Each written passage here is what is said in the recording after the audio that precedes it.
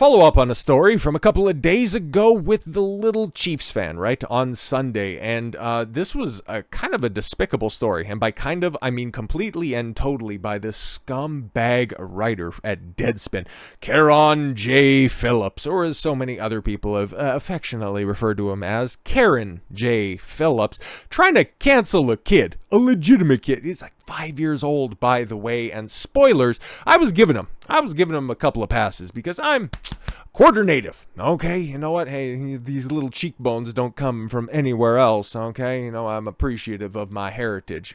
And I was going to give him the pass on that, even though this hunk of garbage was trying to cancel him over wearing half a black face, okay, and then a red face, and he's also a Kansas City Chiefs supporter, so those are the colors of the team, ergo you paint your face. Have you ever seen a college football crowd? Have you ever been to a Steelers game? Hell, he was at a Raiders game, for Christ's sakes. I didn't even point this out. You remember the old Black Hole back when they were in Oakland? Yeah, a whole bunch of racists that were down there with their Road Warrior shoulder pads on as well. All of those goddamn racist, let me check for a second, Hispanics that, you know, showed up to those games, in a city that is, let me check again, a majority black population. Why didn't you want to point that out? Huh?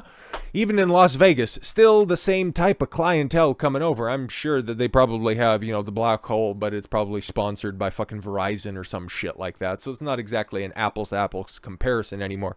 As a former Raiders fan, you know, back when they were in Oakland and back when, you know, the likes of Jack Tatum and Willie Brown, old Puddinhead John Matuzak were out there just paralyzing motherfuckers. Those were the days. Those were the days. I have no love for the Chiefs, even with their new found victorious ways. I could give a care about what's going on with Patrick Mahomes and Travis Kelce. The most interesting thing is that he's deciding to claim community property. Good for him, I guess. I'm sure that's not going to end as badly as every other one of her source articles for one of her fucking hit singles, but whatever, you do you, pal. Hopefully you can bag another Pfizer sponsorship. But when it comes to kids, man, okay, I've been a kid at a football game. I've been cheering on the opposition, okay? I've never turned out in full headdress and face paint, but to be completely honest, if you want to do it, go right ahead. But of course, Karen Phillips there.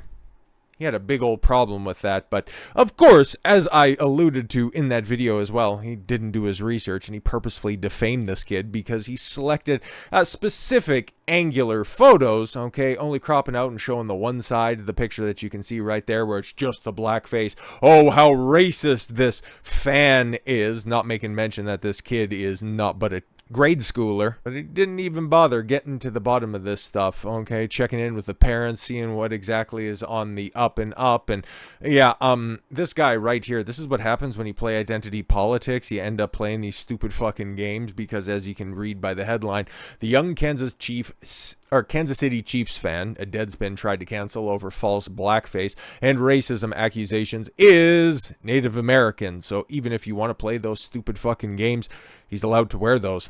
Spoilers. Phillips isn't taking this well either. Woke sports site Deadspin targeted a young Kansas City Chiefs fan with an article entitled "The NFL Needs to Speak Out Against Kansas City Chiefs Fan in Blackface, Native Headdress." Turns out that the young boy, Holden Armenton, is actually from a Native American family, and his grandfather sits on the board of the Chumash tribe in Santa Ynez. Right, yes. So if his grandfather, depending on if it's on his mother's side, he's got the perfect one-to-one makeup that I do. Or his grandfather's, you know, FBI, that makes him a quarter. Good on him. It's a good makeup. I'll just tell you that.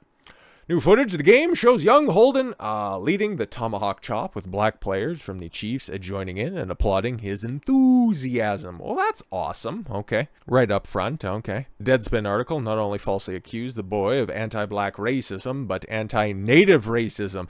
Not quite. That was kind of alluded to in a couple of the other posts, which we'll try to check in with here in a second, but that's going to be pretty difficult because Mr. Karen deleted the post and his also antagonistic. Well, actually, I could also make the case that red face is just as racist for all of you maggots that also just look at Mexicans. You wear sombreros, but you also want to deport all the Mexicans. It's like you're all over the fucking board for somebody who is the lead writer at Deadspin. Exactly, that's what this might be his former title. You'd think that he'd be able to edit his thoughts a little bit more appropriately, But anyways, it takes a lot of disrespect of two groups of people at once. But on Sunday afternoon, the Las Vegas and Kansas City Chiefs fans found a way to hate black people and Native Americans at the same time by showing up and supporting the Kansas City, let me check my notes again, Chiefs. Oh, okay. But after the article released, the viral response that followed, young Holden's mother took to Facebook to slam the woke media and revealed Holden's indigenous identity. This has nothing to do with the NFL. Also, CBS showed him multiple times, and this is the photo that people chose to blast and create division. He is Native American. Shaman Armenta posted, I hope that she does a little bit more than just simply take to Facebook in order to out her child who is not but 5 years old. I hope she sues CBS. I hope she sues Deadspin and their parent company that also owns the likes of, like I pointed out in the past couple of days. I forget when the video was released, but you got the AV Club, you got Kotaku. The bottom of the barrel when it comes to games journalism, which is already just about at the bottom of the barrel when it comes to journalism in general, because you got sports writers. This is in descending order, of course. You got journalists in general. They're all just kind of political ones. Commentators, mass media ones, they're all just, several shades of shit up top. But then once you get to the bottom, you get real close to the bottom, you got sports journalists. They're so atrocious. This is one of the landmark points. And then right underneath of that, then you have video games journalists, which are just as bad. And then right underneath the bottom of the barrel are wrestling journalists. I'm pretty sure I'm going to keep with that ranking for right now. But, sports journalists, especially with these types of articles, are really trying to test my patience. Okay, maybe they're also trying to leave the barrel. Hit Pieces author Karen J. Phillips, whose social media boasts about an award-winning writer and a Pulitzer nominee, unfucking believable, faced backlash for targeting the young fan, but doubled down on his criticism yesterday. Many social media users pointed out that the young person was not in blackface at all, but actually had his face painted red and black. The revelation the boy is Native American has only served to intensify the criticism of Deadspin and its woke writer.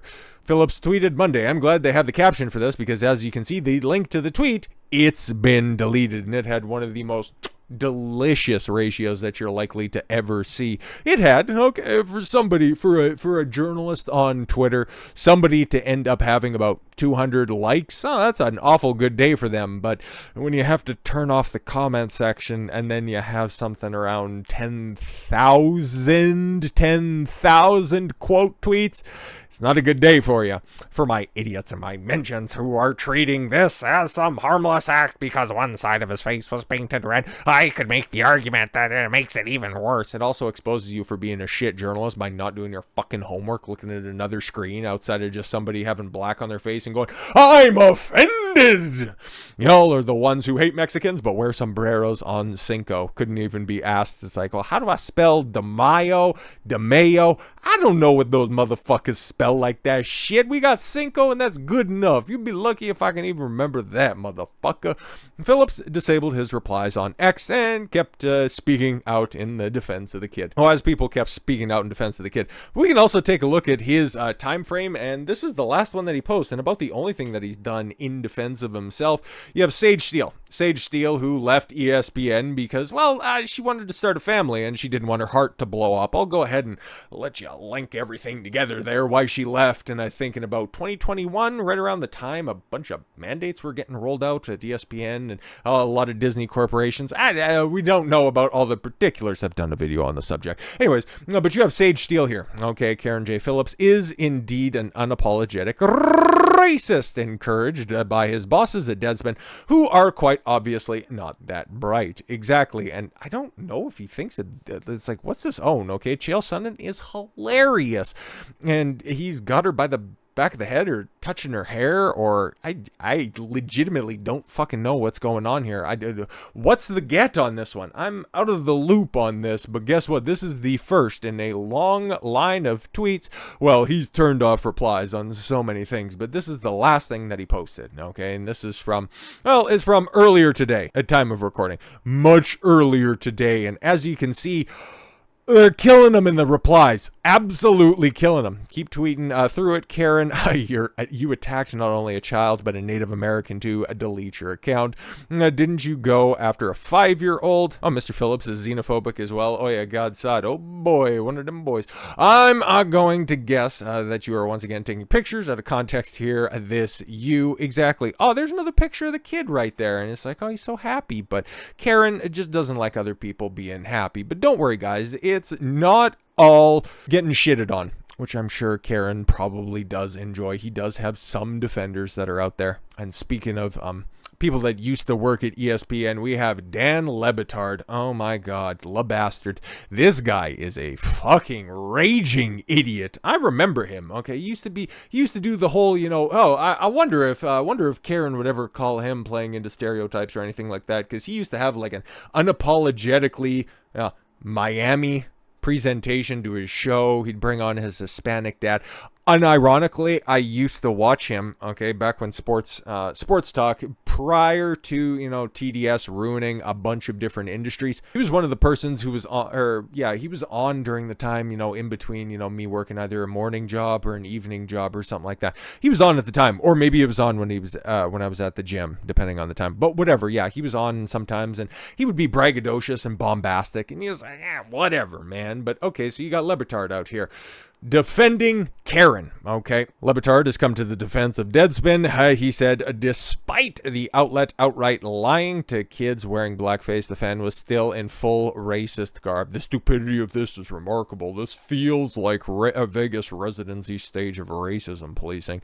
No, we discussed the controversy surrounding Deadspin at Kansas City Chiefs. Wow, 450 likes. Huh? You're just killing the game now, aren't you? Good job of you breaking out and doing your own thing. 5-year-old kid at a game has been dressed in face paint and is wearing Native American gear. He's at a Chiefs game. Okay, well, he's in Raider Stadium, but he's supporting the Chiefs. So yeah, of course, half of his face is red, half of his face is black. He should be punished because he's wearing blackface, and you're only seeing half his face. And then you see, nope, there's also red face. The right picked up on this and said, sue Deadspin, bankrupt Deadspin. Please, for the love of God, from your lips to God's ears. I can't help but laugh at the center of this. I can't help but laugh at the idea that they want to be sued, that they want them sued for racism, while the kid is in full racist garb. Oh, you idiot. The only part of him that is not intentionally kind of racist is the black part. It's the Chiefs' colors. You're a sportscaster. You should probably know this stuff. The rest of the team's colors, and he's going for just being a fan. But the racism is already in there. Just not kind of... the right is picking up on. You can see why I kind of tuned out the sports talk, because if this is the type of shit that they're discussing, I want no part of it. And flogging Deadspin with over a 5-year-old kid, like the stupidity of this is remarkable. According to Dan Le Batard, Deadspin is not at fault for falsely depicting an innocent child as racist. Instead, the right is at fault for holding Deadspin accountable. Exactly. He would also go on to say that anybody wearing blackface, anybody wearing red face paint is, well, that's just being out and out racist, right? It's not like Dan Le Batard would wear red or black face paint. No. But that's a costume, right? Unless, of course, he's appropriating burnt culture, of course. But what else? Oh, no. Now he's also appropriating space culture. Dan, what are you doing? It's almost like journalists are fucking hypocrites. So with all that said, thank you all very much for the gift of your time. I've been Don Consuelo. I want you to follow your gut and get after it. Take care, everyone.